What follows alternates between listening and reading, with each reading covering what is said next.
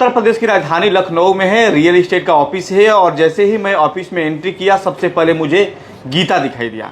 तो मैंने सवाल किया कि आखिर गीता क्यों यहाँ पर है। इतना गीता, जब जो भी लोग आते हैं तो पहले बातचीत करने से पहले उनको गीता दिया जाता है हाथ में कि आप गीता ले लीजिए, और उसके बाद गीता के बारे में बताया जाता है कि गीता क्यों ज़रूरी है।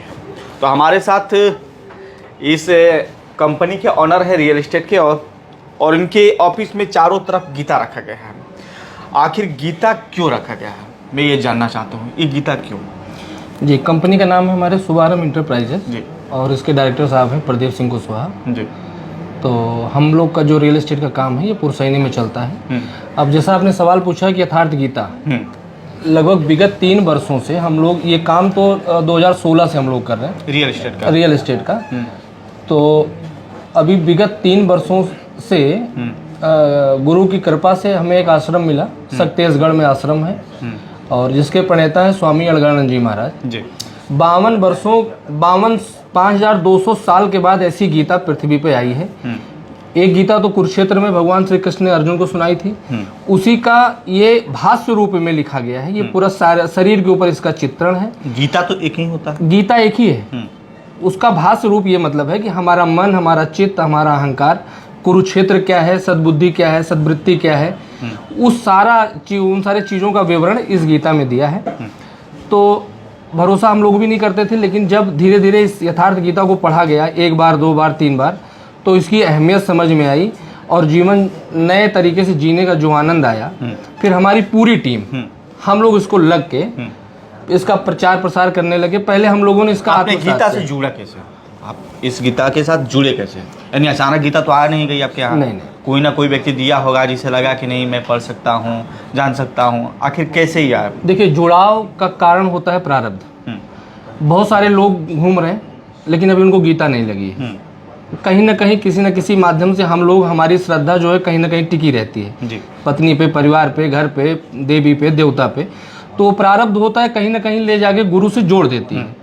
तो हम लोगों का प्रारब्ध रहा है किसी समय में वो जाके सदगुरु से मिला दी, और सदगुरु से मिलाने के बाद जीवन में सारे परिवर्तन आना शुरू हो गए हैं।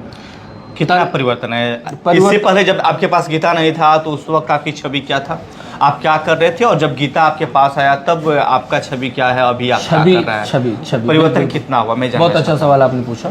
गीता आने से पहले हम लोगों का व्यापार था। हम लोग जानते थे कि केवल पैसा कमाना ही जीवन में सब कुछ है। खूब मेहनत करते हैं, आज भी हम लोग मेहनत करते हैं, पूरी टीम हमारी मेहनत करती है, पैसा बहुत कमाते हैं, लेकिन उसके पीछे सुख, शांति, जो आत्म शांति मिलनी चाहिए, जो जीवन का मकसद है, वो नहीं था हम लोगों के पास। उसका हम लोगों के पास टारगेट नहीं था कि हम लोग आखिर कर किसके लिए रहे, जो हमारे साथ भाई बंधु जुड़े हैं इनका हमारा वास्तविक संबंध क्या है। गीता आने के बाद इसकी महत्ता समझ में आई।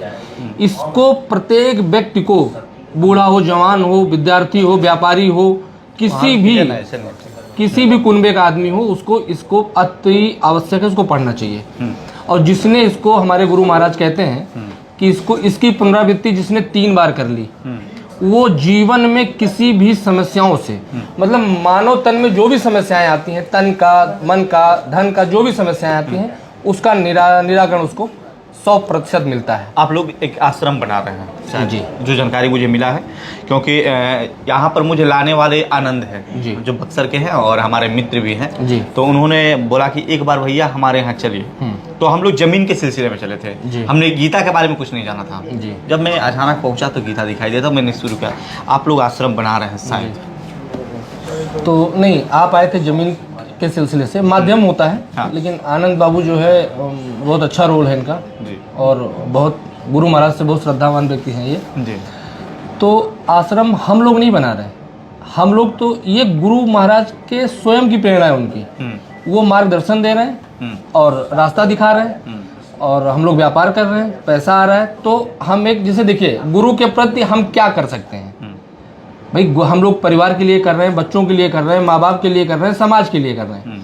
लेकिन संत जो होता है, जो सदगुरु होता है, हम उसके लिए क्या कर रहे हैं? हम ऐसा एक जेनेटिक पॉइंट, हम ऐसा एक एनर्जेटिक पॉइंट बनाना चाह रहे हैं गुरु महाराज की प्रेरणा से, कि जहाँ पे करोड़ों करोड़ लोग आए, लाखों लोग आए, उनको सन्मार्ग मिले, उनके जीवन में जो असुविधाएं हैं, जो दुख है, जो कष्ट है, जहाँ आने पे, जहाँ मस्तक टेकने पे सारी समस्याओं का लेकिन निदान नहीं होगा। लगता है कि गीता जब हम पढ़ेंगे तो संसार से दूसरे दिशा में चले जाएंगे, जब हमारे पास बहुत कुछ नहीं हम प्राप्त कर सकते हैं, जब हम गीता पढ़ लेते हैं तो नहीं लगता है कि दुनिया में कुछ नहीं है भक्ति के, साधना के अलावा?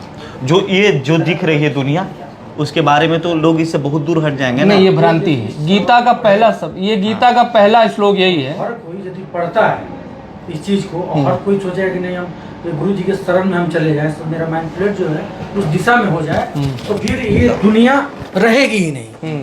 उस चीज का एक ये तो बात हो गई।